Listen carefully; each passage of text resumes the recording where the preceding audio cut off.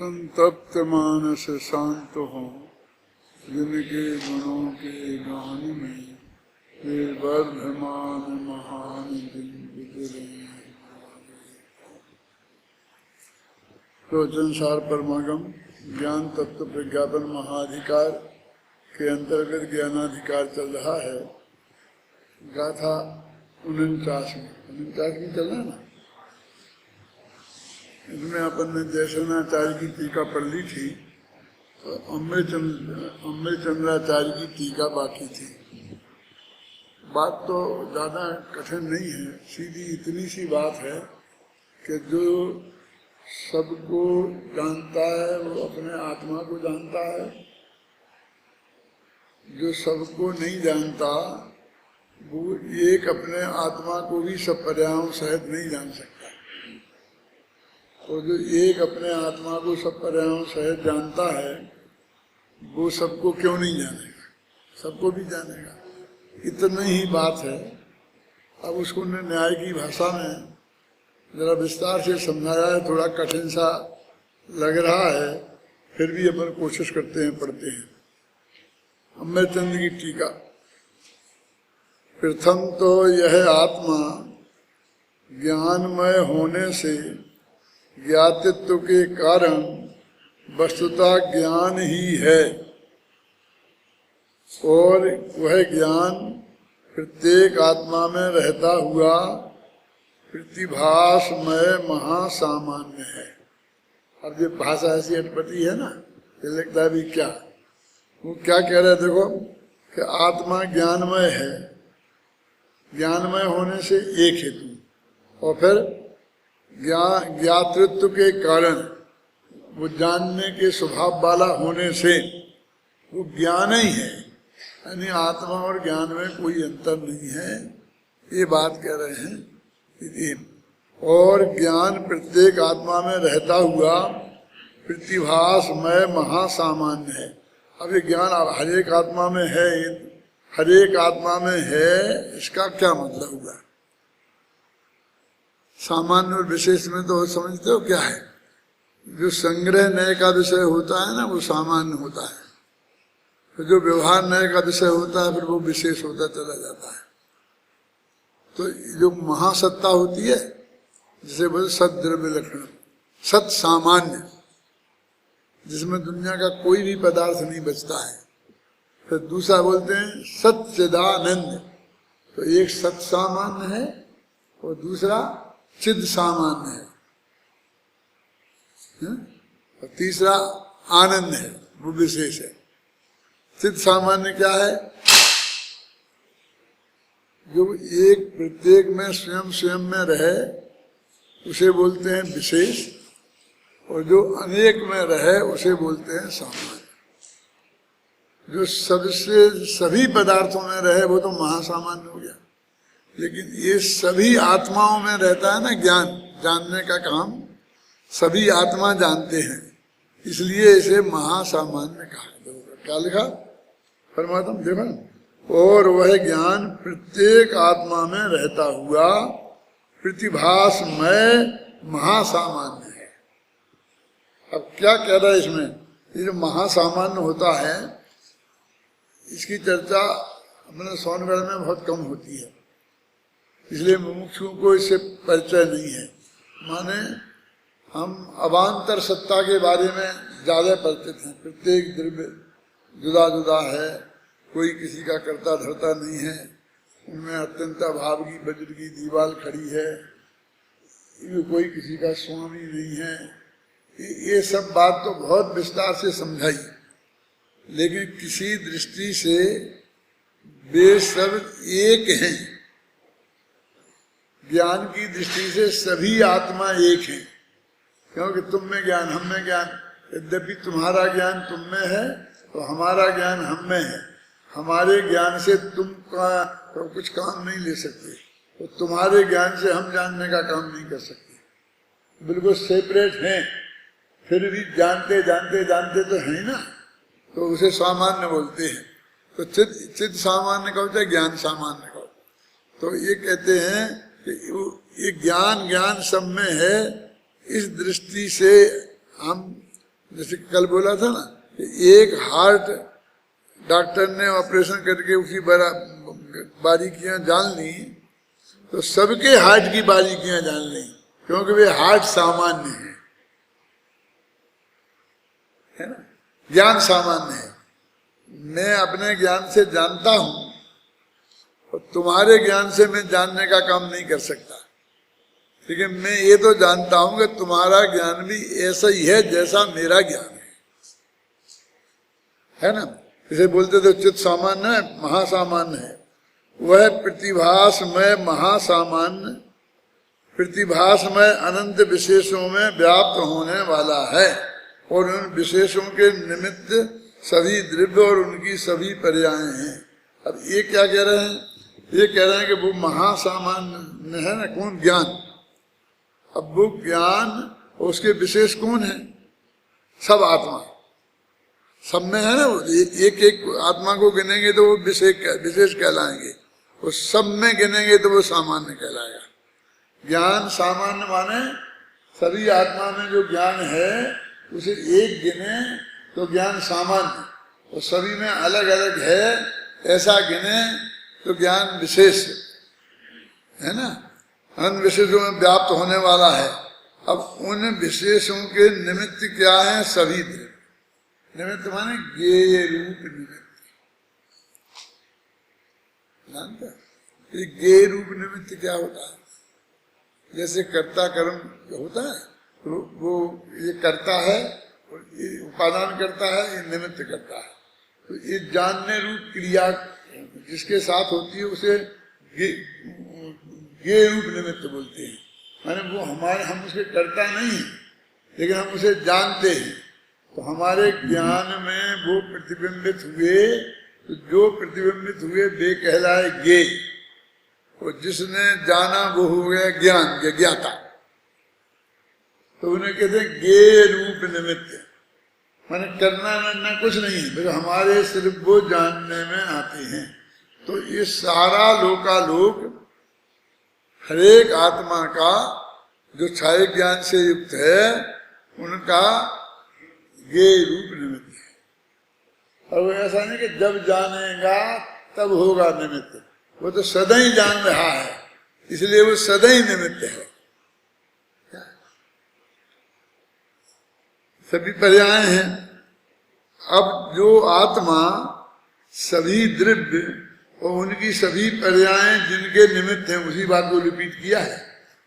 ऐसे अनंत विशेषों में व्याप्त होने वाले प्रतिभास में महासामान्य रूप आत्मा का स्वानुभव प्रत्यक्ष नहीं करता। अब जो उस आत्मा जिसमें महासामान्य में सब विशेष शामिल हैं, तो एक एक विशेष में जो उनकी ज्ञान पर्याय हैं उनमें वो महासामान्य है ना, वे शामिल हैं। और ये सब मिलाकर इन सबको जो ज्ञेय नहीं बनाता है। अब उन्हें ये कहना कि जो उन सबको ज्ञेय नहीं बना सकता, तो वो अपनी आत्मा को भी संपूर्ण पर्यायों सहित ज्ञेय नहीं बना सकता। अब बात छाया ज्ञान में क्या होता है कि वे एक साथ ही बनती हैं। ऐसा नहीं है कि हम जब चाहें तो तुम्हें बनाए और नहीं चाहें तो नहीं बनाए। जैसे वो कहते हैं ना, वो डॉक्टर ने सबके हार्ट की पोजीशन जान ली कि जैसे मैंने दो आदमियों के हार्ट देखे तो सबके ऐसे ही हार्ट हैं, लेकिन फिर भी वो सबके हार्ट को खोलता थोड़ी फिरता है, देखता जब जिसको जरूरत समझता है तब करता है। लेकिन केवल ज्ञान में ऐसा नहीं है। वो तो फिर प्रति समय उनके ज्ञेय वो सारे पदार्थ बनेंगे, तो अनंत आत्मा ज्ञान छाया ज्ञान वाले हो गए, तो वो सारे पदार्थ अनंत आत्माओं के ज्ञेय प्रति समय बन गए। अब जो हम समझ रहे हैं ना, ये हमारी बात तो गुप्त है, अब हमें किसी को पता नहीं है। वो बात अनंत लोगों को पता है। जैसे लोग में कहावत है कि अंधा पेशाब करे, अंधा मुँहते वो जगत त्रय देखे। वो गांव के लोग ऐसा बोलते हैं ना, वो जगत त्रय का मतलब ही नहीं समझते हैं। सब देखें, सब देखें, कहते हैं। वो मूल भाव तो समझते हैं, लेकिन लोक के लोग, जगत त्रय, तीन लोग, तो तीन लोग के लोग देखें उसे, तो अब तीन लोग के लोग कौन देख रहे? सारे देव देख रहे हैं, मनुष्य देख रहे हैं। तो जगत त्रय देखें यानी वो अनंत सिद्ध भगवान देख रहे हैं ना, और यहाँ भी जो छाया ज्ञान के धारी है वो सब देख रहे हैं और प्रति समय देख रहे। उनको नहीं देखने की सुविधा नहीं है। आपको लगता है क्या बात कर रहे हैं, नहीं देखने की भी सुविधा है? अरे नहीं देखें तो अच्छी बात है कि नहीं, उनको अनिवार्य है ना देखना। हमको तो सुविधा है ना कि कोई गंदी चीज देखें, यहाँ लैट्रिन पड़ी है तो अपने दूर से निकल सकते हैं, ऐसा मुंह कर सकते हैं। उधर को नहीं देखें ऐसा हम कर सकते हैं ना, लेकिन अनंत भगवान को कुछ नहीं कर सकते। उनके ज्ञान के गे तो वे बनेंगे ही। अब जरा समझ लेना कि एक बहुत बदबूदार पदार्थ है, तो वो जब हमारे जानने में आता है तो हमको कितनी तकलीफ होती है, इसलिए हम नहीं चाहते जाने। और अनंत भगवान को नहीं जानने की सुविधा नहीं है, तो उतना बदबूदार पदार्थ और उनको जानते रहना और कितना तकलीफ का काम है। धोखे से अनंत बन मत जाना।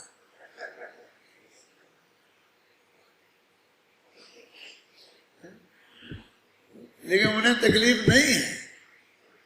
क्यों नहीं है? कि हमारे जानने के साथ हम उसे भोगते भी हैं। हमारी जो इंद्रियां हैं ना, दो काम करती है ना, ये गेयों को जानने का और ये गोयों को भोगने का, है ना। तो हम उस गंध दुर्गंध का सुख दुख भी उठाते हैं और जानते भी हैं। ऐसे ही रसनेन्द्रिय के विषय को, चक्षु इंद्रिय के विषय को, कर्णेन्द्रिय के विषय को, हमारे भोग पक्ष और ज्ञान पक्ष दोनों चालू रहते हैं, लेकिन वो उनके कर्ता भोक्ता तो नहीं है और ज्ञाता दिशता है। ये जो ज्ञान में और करने में जो महान अंतर है ना, तो जो हमारे सोनगढ़ में ये बात चली थी कि भेद विज्ञान है कि पर मैं नहीं हूं, पर का मैं स्वामी नहीं हूं, पर का मैं कर्ता नहीं हूं, पर का मैं भोक्ता नहीं। तो यहाँ तक तो सब बातें सभी करते थे कि भाई जीवाधिकार में पर के एकत्व ममत्व का निषेध किया और कर्तागण अधिकार में कर्तृत्व भोक्तृत्व का निषेध किया। तो ये सभी बताते, सभी पंडित बताते हैं, चार बातें तो सभी कहते थे ना। तो जो अपने को जो महापंडित मानता था, पहले सुन के आया था गुरुदेव से, नहीं पर को जानता भी नहीं, उसको कह करके फिर वो ऐसा समझता था कि चारों तरफ देखता था कि मैंने तीन जग जीत लिया।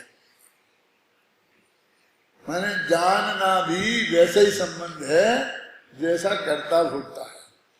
अब यहाँ देख कितना क्लियर है कि वो जानते तो हैं, वो नहीं जानने की उन्हें सुविधा नहीं है, लेकिन नहीं जानने में कोई आराम हो और जानने में उन्हें कोई तकलीफ हो हम जैसी, ऐसा भी तो नहीं है ना, क्योंकि उन्हें भोगना तो नहीं पड़ता ना।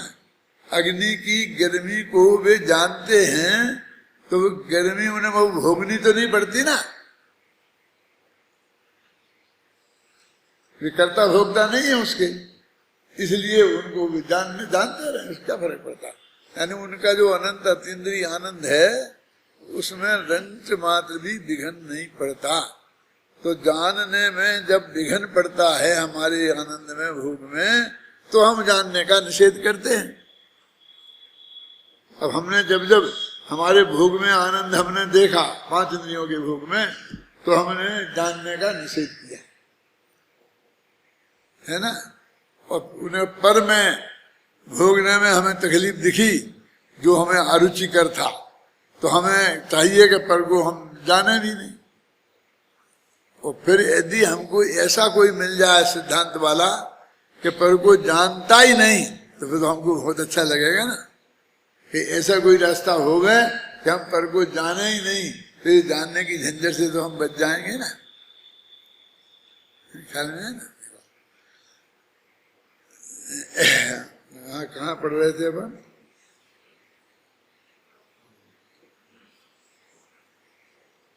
अब जो आत्मा सभी द्रव्य और उनकी सभी पर्याय जिनके निमित्त हैं माने जो ज्ञेय बने जाने जाते हैं, ऐसे अनंत विशेषों में व्याप्त होने वाले प्रतिभासमय महासामान्य रूप आत्मा का स्वानुभव प्रत्यक्ष नहीं करता, नहीं जानता है जो, वह प्रतिभासमय महासामान्य के द्वारा व्याप्त प्रतिभासमय अनंत विशेषों के निमित्तभूत सभी द्रव्यों और उनकी सभी पर्यायों को प्रत्यक्ष कैसे कर सकेगा? बस उसको अनुभव व्यतिरेक ऐसा घटा दिया है कि वो नहीं जान सकता है, उसको इस क्रिया से प्रवेश करना पड़ेगा। इससे यही फलित होता है कि जो आत्मा को नहीं जानता वह सबको भी नहीं जानता। इससे निश्चित होता है कि सबके ज्ञान से आत्मा का ज्ञान और आत्मा के ज्ञान से सबका ज्ञान होता है। बस आप साधारण जनता तो ये बुजुर्ग माताएं बहने हैं, बुजुर्ग आदमी हैं, ये तो इतना जान लें तो ये गाथा न जान लें। तुम्हारे लिए नहीं, तुम्हारे लिए तो एक एक अक्षर का अर्थ समझ में आना चाहिए, है ना? वो महासामान्य विशेष, सामान्य विशेष, और फिर जो उनके संबंध, ये सब ख्याल में आना चाहिए। तुम्हारे तो हैं, तुम पंडित बन रहे हो और उन्हें तो आत्मा का कल्याण करना है, तो आत्मा के कल्याण के लिए इतना ही पर्याप्त है कि जो सबको जानेगा वो अपने को जानेगा, जो अपने को जानेगा वो सबको जानेगा। जो सबको जानता है अब उसका आत्मा तो उसके ज्ञान का विषय होता ही है, और सब भी पदार्थ प्रति समय उसके ज्ञान में झलकते रहते हैं। और ये कि उसको नहीं जानने की सुविधा नहीं है, ये नहीं जानने की सुविधा नहीं है, ये तो भाषा का प्रयोग इसलिए करते हैं कि आपको नहीं जानना अच्छा लगता है ना, है? वो उन्हें नहीं जानते हैं, वो उन्हें नहीं जानने की सुविधा नहीं है, तो वो कोई उन्हें तकलीफ का काम नहीं है, क्योंकि जानने में उन्हें कोई तकलीफ भी नहीं है ना?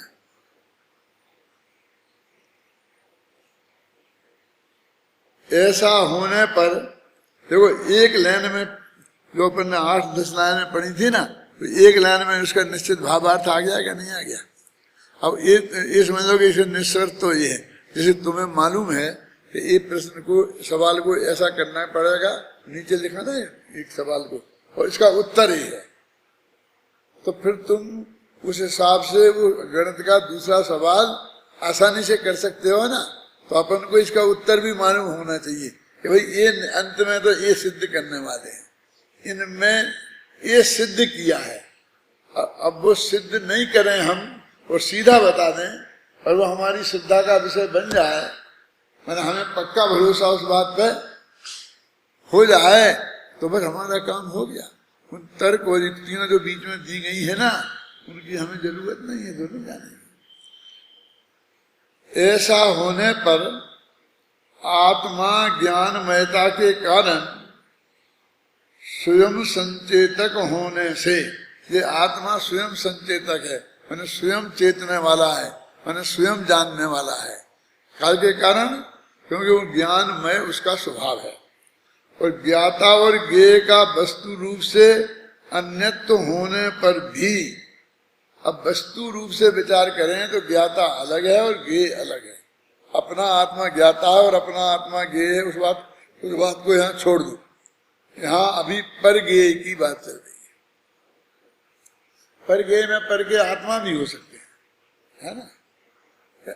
क्या कहते हैं कि ज्ञाता ज्ञेय का वस्तु रूप से अन्यत्व होने पर भी, वस्तु रूप से वास्तव में तो वे भिन्न भिन्न है। अन्यत्व माने भिन्नता होने पर। प्रतिभास और प्रतिभासमान, इन दोनों का स्व अवस्था में अन्योन्य मिलन होने के कारण उनमें भेद करना अत्यंत अशक्य होने से सर्व पदार्थ समूह आत्मा में प्रविष्ट हो गए हों की भांति प्रतिभाषित होता है, ज्ञात होता है। अब कहते बिल्कुल भी अलग अलग हैं, पहले नक्की कर लो पक्का। अब वो कहते आत्मा में वो एकदम अंदर घुस गए, उन्हें अच्छी तरह से उनका संबंध ज्ञाता ज्ञेय संबंध हो गया, माने वे जानने में आ गए और ये जानने वाले हो गए, और वो संबंधी अनंत काल तक के लिए, आजीवन नहीं, मोक्ष तक में भी बना ही रहने वाला है। तो अत्यंत निकटता हो गई ना, अत्यंत भिन्नता थी, वही अत्यंत निकटता हो, भेदभाव करना, अन्योन्य मिलन होने के कारण उनमें भेदभाव करना अत्यंत अशक्य हो गया। हैं तो जुदे जुदे, लेकिन जुदे जुदे करना कठिन हो गया। अशक्य होने से सर्व पदार्थ समूह आत्मा में प्रविष्ट हो गए हों की भांति, माने आत्मा में वे घुस गए, घुसे मुसे नहीं है, भांति प्रतिभाषित होते हैं, ज्ञात होते हैं। अभी वो तो वो गाथा निकल गई कि नहीं निकल गई, प्रविष्ट हो गए, कीलित हो गए, आएगी अभी, है ना, लेकिन उसकी ध्वनि आ गई है। अत्यंत निकटता का संबंध बता रहे कि अब ये ज्ञान कि वो उनकी भिन्नता और उनकी अभिन्नता और दोनों की अपेक्षाएं और जितने तर्क युक्तियां दी हैं वे सब हमारे ज्ञान में हाथ पे रखे आंवले जैसे झलकने चाहिए। वो हमारे ज्ञान के विषय ऐसे होने चाहिए कि जब आप चलते फिरते रेल में, प्लेन में कहीं बात करो किसी से और ये बात आ जाए तो आपको फिर किताब खोल के देखने का विकल्प नहीं आए। और यदि वो भी भाग्य से विद्वान हो तो वो सारी तर्क युक्तियां भी उसे आप दे सकें, यदि ऐसा मानेंगे तो ऐसा हो जाएगा, ऐसा मानेंगे तो ऐसा हो जाएगा। माने वो उनकी भिन्नता और अभिन्नता दोनों भाषित होनी चाहिए, तब वो हमें शायदवादी हुए हम, क्योंकि वो अनेकांत दोनों जो पक्ष है ना वो हमारे ख्याल में है। अब वो दोनों हमारे ख्याल में है, हमारे प्रमाण के विषय हो गए। अब आवश्यकता के अनुसार हम कभी इसको मुख्य करेंगे, उसे गौण करेंगे, कभी उसे मुख्य करेंगे, इसको गौण करेंगे। एक बात और चली थी शांति जी, आपको पता होगा उस वक्त, उसको मुख्य गौण करना ही, आत्मा को कभी गौण करना ही नहीं और व्यवहार को कभी मुख्य करना ही नहीं। मुख्य सो निश्चय और गौण सो व्यवहार, इस बात से बहुत प्रतिपादन होने लगा था। तो फिर वे नए हैं काय के लिए, जिनवाणी में जब उन्हें कभी मुख्य करना ही नहीं है, उनका उपयोग ही नहीं करना है, तो हैं काय के लिए? वो तो ये समझने के लिए, तो जब वो व्यवहार को ही मुख्य करना पड़ेगा है? और फिर आत्मा के हित में जाना है तो निश्चय को मुख्य करना पड़ेगा। तो फिर हम सामान्य रूप में जब रहेंगे तब क्या, दोनों ज्ञान में रहेंगे, उसको बोलते प्रमाण ज्ञान। माने ये निश्चय नहीं कि मुख्यता से अनुभूति के काल में ज्ञान होगा, बाहर का जब उपयोग तो व्यवहार नहीं की मुख्यता से होगा, और फिर ना हमें बाहर का कोई प्रयोजन है ना अंतर का कोई प्रयोजन है, तो फिर ज्ञान तो रहेगा ही ना। तो क्या है सामान्य, सामान्य माने हमें वो अपेक्षा भी ख्याल में है और ये अपेक्षा भी ख्याल में है। जो गुरुदेव बोला करते थे ना, खबर छे बधी खबर छे, ये है उसका, माने वो अपर पक्ष भी हमारे ख्याल में है और वो निरंतर ख्याल में है। वास्तव में तो हमेशा ज्ञान तो प्रमाण रहता है। नए ज्ञान तो जब हमें किसी विशिष्ट बात को खोलना हो तो भाषा में हम मुख्य गौण करते हैं, और अपने अंदर में ही जानना हो तो हम ज्ञान में मुख्य गौण करते हैं। 24 घंटा मुख्य गौण करने की बात नहीं है। तो मुख्यता जैसे अपन कहते हैं ना, जिसकी शादी होगी घोड़े पे तो वही बैठेगा। अब उसके 4 भाई और हैं और वे बहुत, कोई कलेक्टर है, कोई बड़ा डॉक्टर है, कोई इंजीनियर है, और ये चपरासी है। जब इसकी शादी होगी तो घोड़े पे ये बैठेगा और कलेक्टर साहब बगल में नीचे चलेंगे, है ना। लेकिन वो सब वो घंटा 1 घंटे की बात है। और उसी ऑफिस में वो कलेक्टर है और उसी ऑफिस में वो चपरासी है, तो वहां क्या होगा? कलेक्टर साहब आएंगे तो सब खड़े हो जाएंगे, तो वो उसका भाई खड़ा होगा कि नहीं? तुम तो भाई में ही घबरा रहे, बाप भी हो सकता है, क्यों नहीं हो सकता? पहले से चपरासी हो, मेहनत कर करा के अपने बेटे को पढ़ा दिया हो, और वो वहां बन के आ गया हो, तो खड़ा होगा कि नहीं होगा? घर पे आएगा तो भले ही उन्हीं के पैर पड़ेगा, उनके लिए पानी भर के पिला के देगा, चाहे जो कुछ करे, लेकिन वो ऑफिस में ऐसा नहीं कर सकता। ऑफिस में जो ऑफिस की जो मर्यादाएं हैं, उसी मान मर्यादा से उसे रहना पड़ेगा, है ना? कहा थे अपन, ऐसा होने पर आत्मा ज्ञानमयता के कारण स्वयं स्वसंचेतक होने से ज्ञाता और ज्ञेय का वस्तु रूप से अन्यत्व होने पर भी, यही पढ़ रहे थे ना, प्रतिभास और प्रतिभासमान इन दोनों का स्व अवस्था में अन्योन्य मिलन होने के कारण प्रतिभास और प्रतिभासमान में वही ज्ञेय गायक, प्रतिभास माने ज्ञेय और प्रतिभास माने गायक, है ना? प्रतिभास और प्रतिभासमान होने के कारण उनमें भेद के भाव करना अत्यंत अशक्य होने से, ऊपर भी कहा था ना, अत्यंत अशक्य होने से सर्व पदार्थ समूह आत्मा में प्रविष्ट हो गए हों की भांति प्रतिभाषित होता है, ज्ञात होता है। यदि ऐसा ना हो तो, अब यदि ऐसा ना हो तो ये एक्चुअल नहीं है, ये तो समझने के लिए अपनी कल्पना में अपन खड़े कर रहे हैं। यदि ऐसे नहीं हो तो संसार का नाश हो जाएगा, यदि ऐसा नहीं हो तो ये हो जाएगा, तो आज तक तो संसार का नाश हुआ नहीं। तो वो तो सिर्फ हमें अन्वय वितरे घटित करना है ना? इसलिए वो बताते हैं यदि ऐसा ना हो, माने यदि आत्मा सबको न जानता हो तो ज्ञान के परिपूर्ण आत्म संचेतन का अभाव होने से परिपूर्ण एक आत्मा का भी ज्ञान सिद्ध नहीं होगा। एक क्या कहा बोलो? बहुत राई की ओट में पहाड़ है, बहुत सीधी सी बात। वो कहते हैं कि सभी को आत्मा नहीं जानते हैं, ऐसा यदि हो, माने ऐसा नहीं होगा जाने सभी, तो फिर एक आत्मा को भी नहीं जान सकेगा, क्योंकि वो जानने की प्रक्रिया तो एक ही है ना। ये भी बहुत चला था बीच में कि पर तो प्रतिभाषित होते हैं और अपने आत्मा को हम जानते हैं।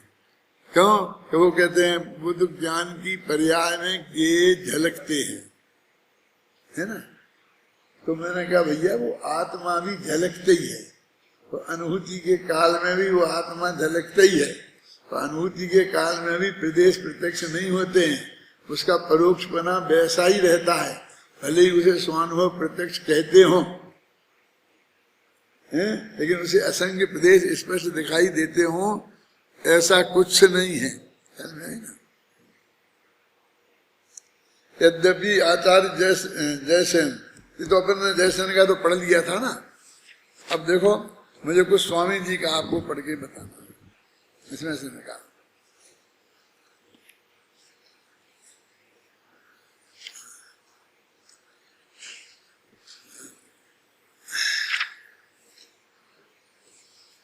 वैसे तो ये वृंदावन दास जी के छंद भी हैं, बढ़िया हैं, पढ़ लेना। स्वामी जी का देखो पेज नंबर 235 पर, मैं ज्यादातर पढ़ता जाऊंगा, ध्यान से सुनना तुम किस बात पे वजन दिया गया है? स्वयं को जानने पर को जानता है, एक ही साथ दोनों को जानता है, पर को जानना अपना स्वरूप है। जैसे दर्पण में प्रतिबिंब पड़ता है, वहां बिंब और प्रतिबिंब दोनों को जानता है, वैसे ही स्वयं को और पर को दोनों का जानना एक ही साथ है। कितना स्पष्ट है, अर्थ करने की जरूरत नहीं है ना। अब साधक दशा में भी स्वपर को जानने का स्वभाव है। स्व को जाने और निमित्त और राग को नहीं जाने। निमित्त माने परद्रव्य और राग माने अपनी विकारी पर्याय। तो ऐसा नहीं बनता, पर को नहीं जाने ऐसा नहीं बनता, राग को जाने और स्व को नहीं जाने ऐसा भी नहीं बनता। यहाँ स्वपर को जानने की बात है। माने वो राग भी ज्ञान का गेय बनेगा उसी वक्त और स्वयं आत्मा भी ज्ञान का। ऐसा नहीं अनुभूति के काल में राग ज्ञान का गेय नहीं बनेगा, ऐसा नहीं है। समझने ना, ये बहुत मुद्दे की बात है, इसलिए मैं पढ़ के सुना रहा हूं। और तो नहीं आगे एक अनुभूति के काल में तो कम से कम फिर राग ज्ञान का गेय नहीं बनना चाहिए। देखो, वह ज्ञान स्वयं को जानते हुए भी पर को जानता है, दोनों को युगपत जानता है। कोई कहे कि उसने आत्मा को जाना और पर को नहीं जाना तो यह बात झूठी है। दर्पण में जो आम दिखाई देता है वह दर्पण की स्वच्छता दिखाई देती है, वह प्रतिबिंब है। जैसे बिंब और प्रतिबिंब एक साथ हैं, वैसे ही स्व का ज्ञान और गेयों का ज्ञान एक साथ होता है। साधक ऐसे केवल ज्ञान की प्रतीति करता है। माने एक स्व और पर का जानना एक साथ होता है। ये कितनी दृढ़ता से कहा। मतलब शांति जी विचार कर, इतने बड़े पंडितों को ये नहीं दिखता, क्या करेंगे। मेरे पिताजी मेरे से कहते थे कि तुमसे इतने बड़े बड़े पंडित हैं, अभी तुम तो छोकरे हो, तो तुम्हें ऐसे कहते हो कि नहीं है। अब मैं उन्हें निकाल के बताता कि देखो जी आचार्यों का वचन कितना क्लियर लिखा है, मैं क्या करूँ। इनकी मानो कि उनकी मानो।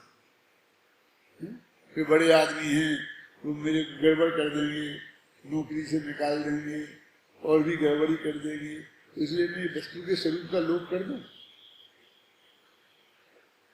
मैं तो वैसे कुछ नहीं कहता, लेकिन अपन वहां से भग के यहाँ से भग के वहां गए, वहां से भग के अब यहाँ से भी भगना पड़ेगा तो कहाँ जाएंगे। ऐसा अनादिकाल से कहाँ से भगे निगोद से लेकर के और कितने भगे हो, कितनी जगह गए।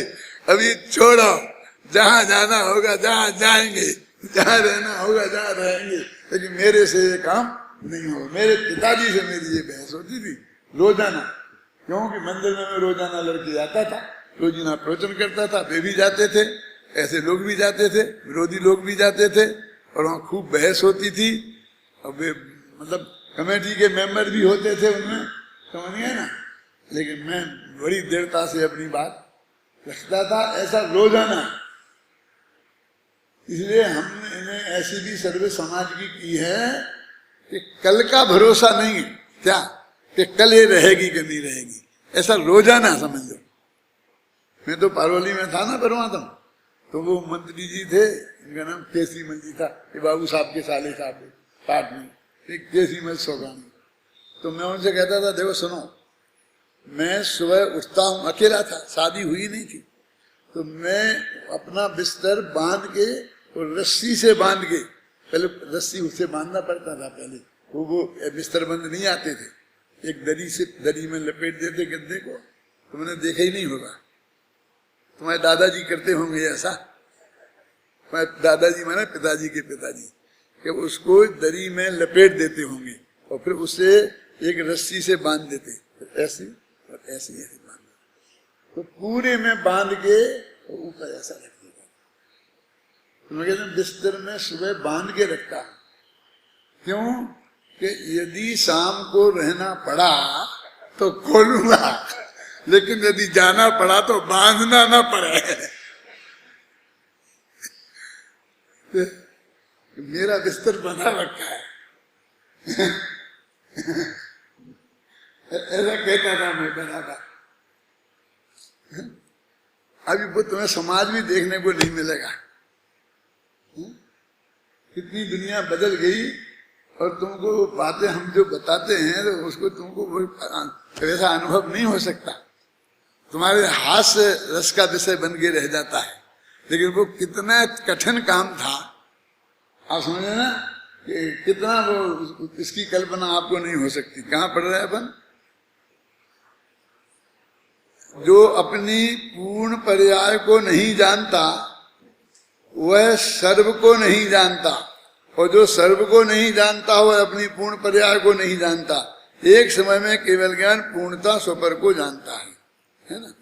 भगवान लोकालोक को जानते हैं, यह व्यवहार से है, और व्यवहार अभूतार्थ है, इसलिए केवल ज्ञान पर को जानना अभूतार्थ है, ऐसा अज्ञानी कहता है। समझ लो आप, केवल ज्ञान का पर को जानना अभूतार्थ है, ऐसा अज्ञानी कहता है, ये गुरुदेव कह रहे हैं। परंतु पर संबंधी ज्ञान स्वयं का है, स्वपर प्रकाशक ज्ञान स्वयं का स्वभाव है। केवल ज्ञान लोकालोक को तन्मय होकर नहीं जानता, इसलिए केवल ज्ञान पर को व्यवहार से जानता है, ऐसा कहा जाता है। अपने में तन्मय होकर जानता है, इसलिए स्व को निश्चय कहा जाता है, ऐसा कहा है। तथा कोई कहे कि ज्ञान सविकल्प है। देखो, एक तो ये विकल्प राग वाला विकल्प, और एक ज्ञान का स्वरूप भी सविकल्प है। तो कोई कहता है ज्ञान तो सविकल्प है, वो इस राग का विकल्पना और ज्ञान के विकल्पना का भेद नहीं जानते हैं। तो और विकल्प का अर्थ है दोष, इसलिए ज्ञान में दोष है। कोई ऐसा कहे तो यह भूल है। ज्ञान सविकल्प है और विकल्प माने दोष, इसलिए ज्ञान दोष वाला है। यहाँ सविकल्प का अर्थ भेद से है, दोष से नहीं है, है ना। सिद्ध का केवल ज्ञान भी सविकल्प है। देखो, अर्थात वहां सविकल्प का अर्थ दोष नहीं, अपितु वह भेद सहित जानता है, यह है। और भेद सहित माने मैं आत्मा हूं, ऐसा भेद दर्शन नहीं करता। इसमें भेद कहाँ हुआ? ये भेद, मैं आत्मा हूं, इसमें भेद की बात नहीं आई ना। इसी का नाम भेद, इसी का नाम विकल्प है। मैं आत्मा हूं, इसका नाम विकल्प है। इसको विकल्प नहीं भी बोलते हैं, और इसी को भेद नहीं भी बोलते हैं। ये विकल्प नहीं और भेद नहीं, ये दोनों एक ही नहीं के नाम है। भेद करना यह ज्ञान का कार्य है, मैंने दर्शन नहीं करता ऐसा भेद। ज्ञान सर्व पदार्थों को द्रव्य पर्याय को भेद करके जानता है, इसलिए वह साकार है। साकारम ज्ञानम और निराकारम दर्शनम का ये अर्थ है। यदि आत्मा पूर्ण पर्याय को नहीं जाने तो अनंतों को नहीं जानता। एक जानने में आए और दूसरा जानने में नहीं आए, ऐसा नहीं होता। ये सुपर प्रकाशक का स्वरूप कितना स्पष्ट है। आत्मा को तो जाने, किंतु लोकालोक को जानने में न आवे, ऐसा नहीं होता। तथा लोकालोक के क्षेत्र भी जानने में आवे, किंतु तू तुझे नहीं जाने, ऐसा भी नहीं होता। दोनों युगपद हैं। जैसे दर्पण में प्रतिबिंब और बिंब दोनों का ज्ञान होता है, वैसे ही भगवान आत्मा ज्ञान दर्पण के समान है। हो गया? मतलब अर्थ इसलिए नहीं कर रहा हूं कि फिर उलझ जाएंगे। मतलब बहुत स्पष्ट लिखा है सरलता से, आप इसे पढ़ लें तो आपको ख्याल में आ जाएगा यहाँ पर क्या कहा है।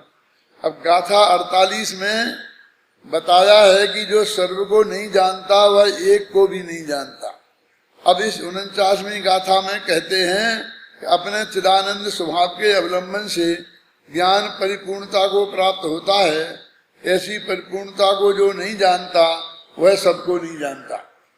यह जैन शासन का महारहस्य पूर्ण स्वरूप है ना। तेरा स्वभाव ज्ञान है, जो स्वभाव है वह अपूर्ण अधूरा नहीं होता। माने आधे को जाने, किसी को जाने, किसी को नहीं जाने, ऐसा नहीं होता। और वह पराधीन भी नहीं होता। ऐसे पूर्ण स्वभाव के सन्मुख होकर ज्ञायक का निर्णय करना ही सम्यक दर्शन है, क्रमबद्ध का निर्णय है, सात तत्व की श्रद्धा है, सुपर भेद विज्ञान है, और सर्वज्ञ का निर्णय इसमें आ जाता है। अब ये जो है ना पैरा 1, इस सारा जो अपने गाथा को पढ़ा है उसका कंक्लूजन है, जो मैंने अपनी भाषा में सरल भाषा में लिख दिया। इसका अर्थ समझ में आ जाए तो समझ लेना पूरी गाथा का अर्थ समझ में आ गया। अपने पास समय है इसलिए इसे अपन पढ़ लेते हैं। अब कल 50वीं और 51वीं गाथा दोनों 51 एक साथ है ना, दो गाथाएं एक साथ हैं, तो इन्हें पढ़ेंगे। अनंत गुण पर्यायों सहित देखो संपूर्ण पदार्थों को जानने की सहज प्रक्रिया यह है। प्रक्रिया माने जानने की विधि, कैसे जाना जाता है कि संपूर्ण पदार्थ अपने अपने गुण पर्यायों सहित केवली आत्मा के केवल ज्ञान में एक साथ झलकते हैं। संपूर्ण पदार्थ झलकते हैं, प्रतिबिंबित होते हैं, ज्ञात होते हैं, जाने जाते हैं। इससे यह सहज ही सिद्ध होता है कि जिस केवल ज्ञानी व्यक्ति ने अपनी केवल ज्ञान पर्याय को जाना, उसके ज्ञान में केवल ज्ञान में प्रतिबिंबित पदार्थ भी सहज भाव से जाने ही गए हैं। उसने क्या दे, केवल ज्ञान पर्याय को जाना कि नहीं जाना अपने को? तो केवल ज्ञान पर्याय को जाना कब कहा जाएगा? कि जब केवल ज्ञान में जो जाना गया है वो भी जानने में आए तो केवल ज्ञान पर्याय को जाना कहा जाएगा। किनके लिए? जो सर्वज्ञ हैं उनके लिए। अपने लिए क्या है? हम केवल ज्ञान को जानना क्या है कि केवल ज्ञान में सारे देवगुण पर्याय है, सब झलकते हैं, हमारा इतना काम है। और उनका वो जो जैसे झलकते हैं वैसे पूरे जानना ये होता है। समझ गया ना? अतः यह कहना उचित ही है कि जो व्यक्ति संपूर्ण गुण पर्यायों सहित स्वयं को जानता है वह सभी पदार्थों को गुण पर्यायों सहित जानता ही है। और जो व्यक्ति स्वयं को संपूर्ण गुण पर्यायों सहित नहीं जानता वह अन्य सभी पदार्थों को भी नहीं जान सकता। अब जितनी प्रकरण चल रहा ना, खासकर 2 गाथाएं, उनमें यही बात है कि जो अपने को जानता है सबको जानता है, सबको जानता है ना? और दोनों को ज्यादा एक साथ है। ऐसा नहीं आप जब अपने को जानेगा तो दूसरे को नहीं जानेंगे, दूसरे को नहीं जानेगा तो अपने को जानेगा। जब ऐसा कहते हैं तो हम पर के जानने को अपना आत्मा को जानने का प्रतिद्वंदी समझ लेते हैं, तो उन्हें शत्रु मानने लगते, जबकि ऐसा है ही नहीं। बल्कि उल्टा है कि यदि पर को नहीं जानेंगे तो स्व को भी नहीं जानेंगे। यदि स्व को जानना है तो पर के जानने से परहेज नहीं करना चाहिए, और हम तो पर के जानने में परहेज करते हैं। क्या? पर के जानने में रस नहीं होना अलग बात है और परहेज करना अलग बात है। देखो, अपने यहां से रेल में बैठे आगरा गए, तो हम रेल में बैठे हैं और सारे पदार्थ हम खिड़की में से बाहर की तरफ देख रहे हैं, तो सैकड़ों वृक्ष, गाय, भैंस, कुत्ता, बिल्ली सब जो वहां हैं वो सब हमारे ज्ञान में आते हैं ना, जानने में। हमें कोई रस नहीं है उनके जानने में। कोई नदी मदी आती है, थोड़ा बिकल जरूर होता, जल्दी झांक के देखेंगे। बाकी सारी जगह हमें कोई जानने का रस नहीं है, और सब जानने में आते हैं। अब हमें जानने के रस का निषेध किया तो वो जानने का निषेध करने लगता है। तो जानने के निषेध में क्या हो जाएगा? फिर उसे आंखें बंद करनी पड़ेगी। क्यों? क्योंकि अभी दिखना जाएंगे, ये दिखना जाए कौन? ये पेड़ पौधे, ये तो उल्टी प्रक्रिया होगी कि जान नहीं पाओ तो कोई बात नहीं, लेकिन हमें जानने में आ जाए तो अपराध हो गया, ऐसा तो हमारे चित्त में नहीं होना चाहिए। रस पूर्वक जानना अलग है और जानने में आना अलग है। तो जब कोई निषेध करता है तो वो रस पूर्वक जानने का निषेध करता है, तो रस का निषेध करता है। जैसे अभी तो क्या पोजीशन है मुझे पता नहीं है, बहुत दिनों से मैं आया ही नहीं हूँ। आगरा से हम यहाँ आते थे जयपुर, तो शाम को 5-6 बजे वहां से गाड़ी चलती थी और यहाँ सुबह 3:30 बजे रात को आती थी, और कोई दूसरा साधन नहीं था। 24 घंटे में एक ही गाड़ी थी। तो जब वहां से चलते थे और यहाँ से जाते थे तो रात के 1 बजे बैठते थे और सुबह 7 बजे आगरा पहुंचते थे 8 बजे। दोनों टाइम वहां पर आगरा में फोर्ट से और ईदागाह है और 2 स्टेशन थे 3-4, उनमें सैकड़ों आदमी दोनों तरफ रेल के ट्रेन जाते थे, बिल्कुल अभी ऐसे खुले मैदान में जाते थे और रेल के डब्बे में से सब दिखते थे, महिलाएं पुरुष सब। और जितने भी टूरिस्ट आते थे विदेश से वो सब आगरा से उसी गाड़ी से आते, एक ही गाड़ी थी।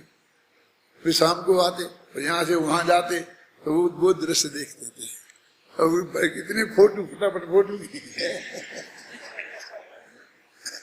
खींच के विदेशों में ले जाते और दिखाते कि हिंदुस्तान माने ये है।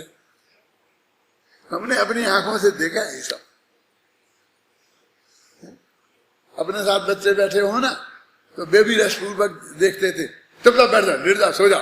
अपन चाहते थे कि वो नहीं देखें, उन्हें भी कौतूहल तो होता ही था ना। और वैसे शायद कौतूहल नहीं हो, अब बैठे दिख जाए तो दिख जाए, नहीं देखें तो नहीं देखें, क्या है।